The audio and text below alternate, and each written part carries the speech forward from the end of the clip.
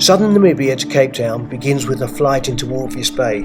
We then transfer to Swakopmund, where we stay for 3 nights.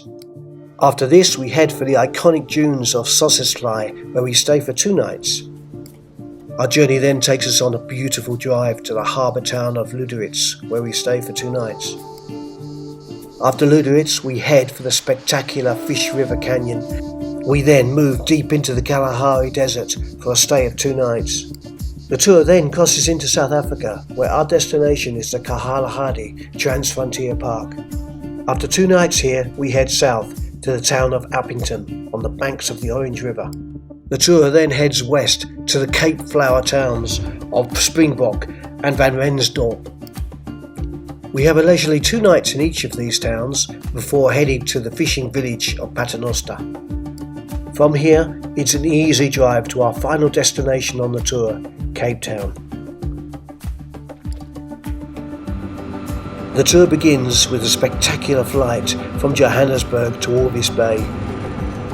The flight path takes us straight over the vast Namib Desert. When we land at Walvis Bay Small Airport, we make an easy 45-minute transfer to Swakopmund. Our accommodation for the next 3 nights is at the boutique property of Beach Lodge. It's maritime themed because it lies right on the Atlantic Ocean. All the rooms are named after shipwrecks.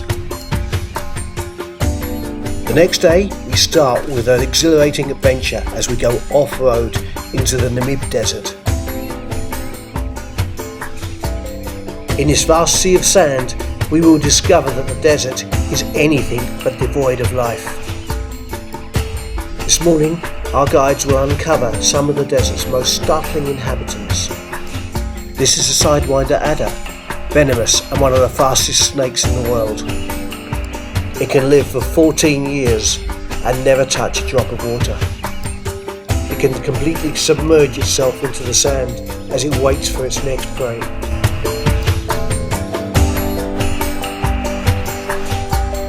We also see one of the most beautiful reptiles in the world, the Namib web-footed gecko.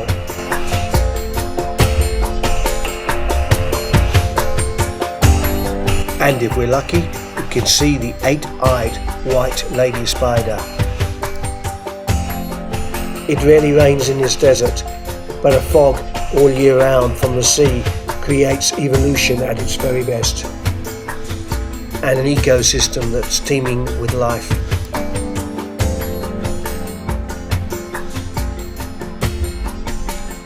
By the afternoon, we return to Swakopmund. Washed by the Atlantic Ocean and flanked by the Namib Desert, Swakopmund was a German settlement. It was founded in 1892. The icon image of the town is this pier, which is more than 100 years old. The town has an abundance of German architecture, and it's reminiscent of a holiday town on the Baltic. The 28-metre lighthouse was used to warn ships off the treacherous Skeleton Coast. The next day we experience another facet of Namibia, a boat ride in the calm waters of the Walvis Bay Lagoon. Almost as soon as we left the harbour, we find ourselves welcoming an uninvited guest. Seals and cormorants, of course, are in abundance in this lagoon, but so also are dolphins. Dozens swim close to the boat. If we're lucky, we may even see an orca or humpback whale. And after all the excitement, it's time for lunch with champagne and fresh oysters. Bird enthusiasts will enjoy Pelican Point, but there's not just pelicans, there's cormorants as well as flamingos. The next morning we say goodbye to Swakopmund and we begin a spectacular drive through to Sossusvlei. We stop to see a colony of flamingos. Soon after we reach the Kusap Pass and descend into the canyon. Essentially a riverbed, the canyon is formed by a river that flows every 10 years only. Soon after leaving the canyon, we reach the tiny settlement of Solitaire. It contains only a famous bakery and a gas station. After a small stop in Solitaire, we enter the Namib Park. From this point, it's a short drive to Kulala Desert Lodge. Using natural materials such as wood and stone, this superb property blends seamlessly into the desert. As well, it is the closest accommodation to the Great Dunes of Sossusvlei. This morning we leave our lodge early for some of the highest sand dunes in the world.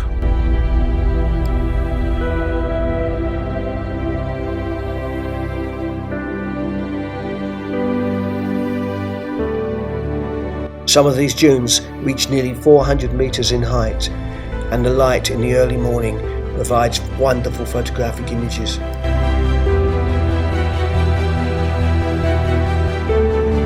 Close to the sand dunes and surrounded by them is deadfly. Here, black camel thorn trees contrast with a white pan floor, make for a breathtaking landscape. Before we return to our lodge, we visit Sesvium Canyon. It was formed by a river around 10 million years ago. The visit here tops a day that has been littered with geological masterpieces. The next morning, we take a fascinating drive to the town of Luderitz. On the way, we pass the giant nests of sociable weaver birds. These birds are engineers, and these nests will last for generations. Just outside of the town of Als, we come across the Namibian wild horses. These are the only desert-adapted horses in the world. But thanks to a clan of hyenas, they are now in danger, and their numbers are less than 100. The roads are good and fast, and soon we reach the harbour town of Luderitz. This unique place in Namibia has weathered the Great Diamond Rush. Today it is full of brightly coloured German Art Deco architecture, and it has the best seafood in Namibia. This morning we set out for the nearby diamond town of Kolmanskop. At its peak, this place was responsible for 12% of the world's diamond market. Prospectors became rich overnight, simply picking diamonds from the desert floor. The town became luxury in a barren desert. Indeed, there was a butcher, a baker, a post office and an ice factory. Fresh water was brought in by train. Even European opera groups came to perform here. After diamonds ran out in 1928, it became a ghost town.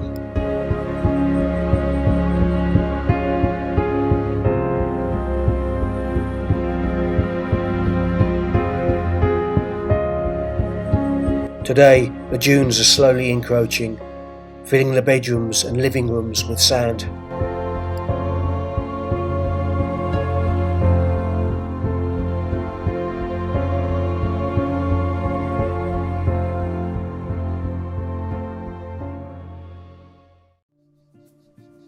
After our 2 nights in Luderitz, we depart for Fish River Canyon.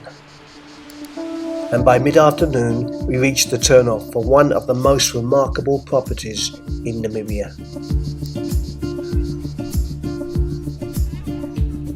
Fish River Lodge is built right on the rim of the largest canyon in Africa and the second largest in the world.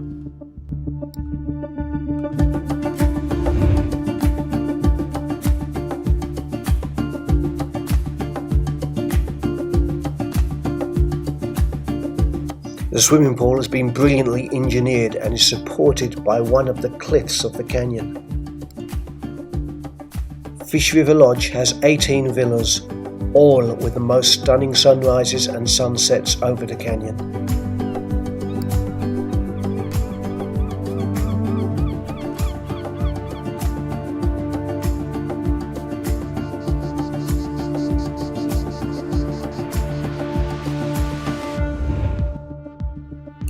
This canyon is 160 kilometers long and 27 kilometers wide. Today, an incredibly exhilarating drive will take us 500 meters down to the bottom of the ravine.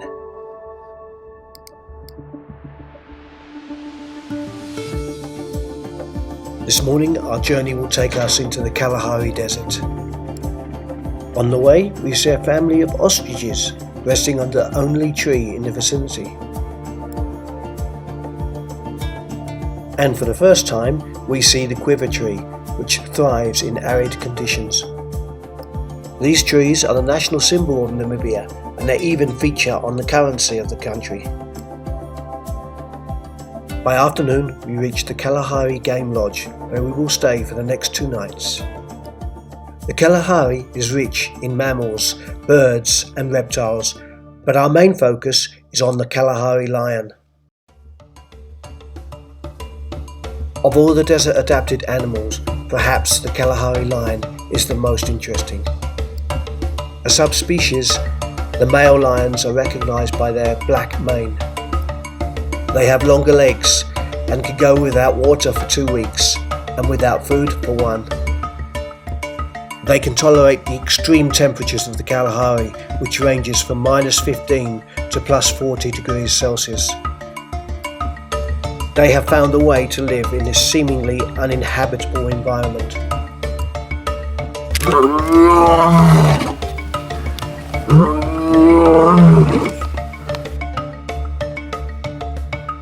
The next day we cross the Mata border with South Africa and enter Kalahari Transfrontier Park.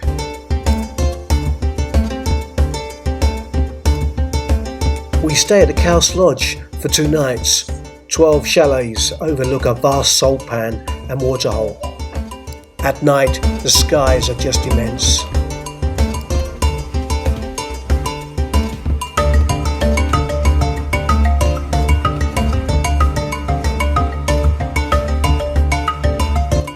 Kalahari literally means land of thirst. And while it is not a Big 5 destination, there are plenty of lion, cheetahs and leopards. What makes this park so special, apart from the scenery, is that 73% of it is in Botswana. The 2 countries administer it together, and it is twice the size of Kruger National Park. We leave Kalahari on our way to Springbok in the Northern Cape. But first we visit Ograbi's Falls. This is where cataracts form on the Orange River.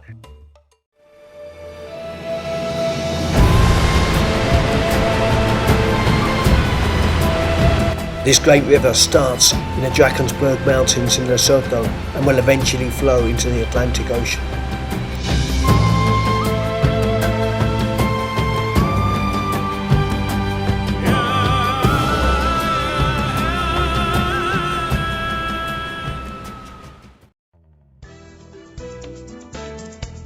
After we leave the falls, we drive on to Springbok in Namaqualand, where we will spend 2 nights.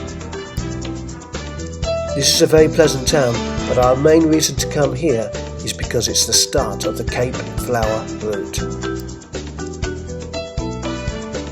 In the morning, we don't even have to leave Springbok to discover these splendid blooms. For example, this is the town's golf course.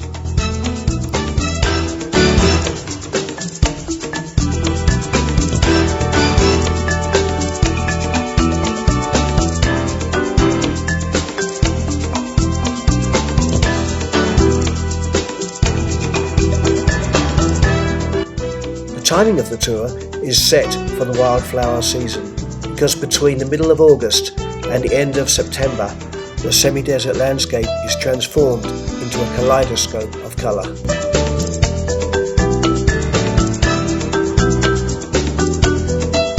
In the Namaqualand's flower fields, there's an estimated 3,500 species of plants, 1,000 of which are found nowhere else in the world.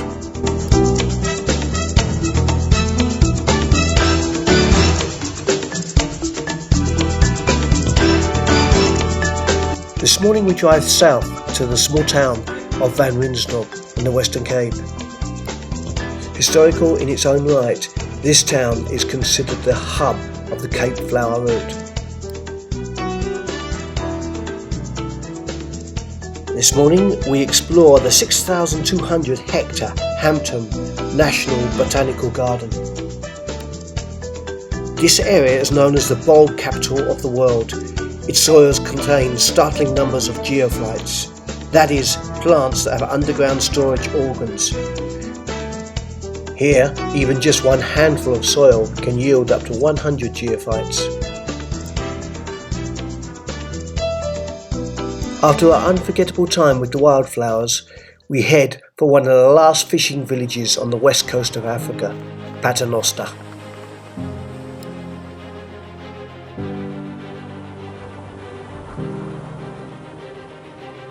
The village has a population of only 2,000 people, and it's famous for its endless beaches as well as its classic West Coast fisherman architecture.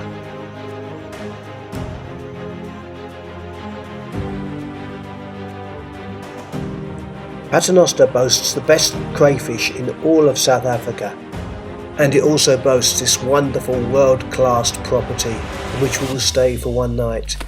This is the Strand Loper Ocean Hotel.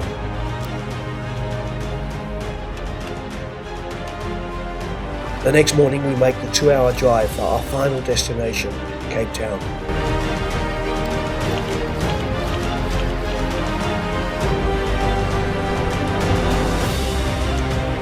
Lying between the Atlantic Ocean and Table Mountain with a national park at its heart, there is nowhere like Cape Town. The so-called Mother City has a cultural heritage spanning more than 300 years. Cape Town is the very essence of the Rainbow Nation, as it proudly blends Afrikaner, native and European sensibilities in an intoxicating blend of culinary, architectural and musical styles. Southern Namibia to Cape Town is a remarkable mix of geology and beauty. From mighty dunes and spectacular Fish River Canyon in Namibia to the wonderful, spectacular wildflowers in South Africa's Northern Cape. This journey simply has it all.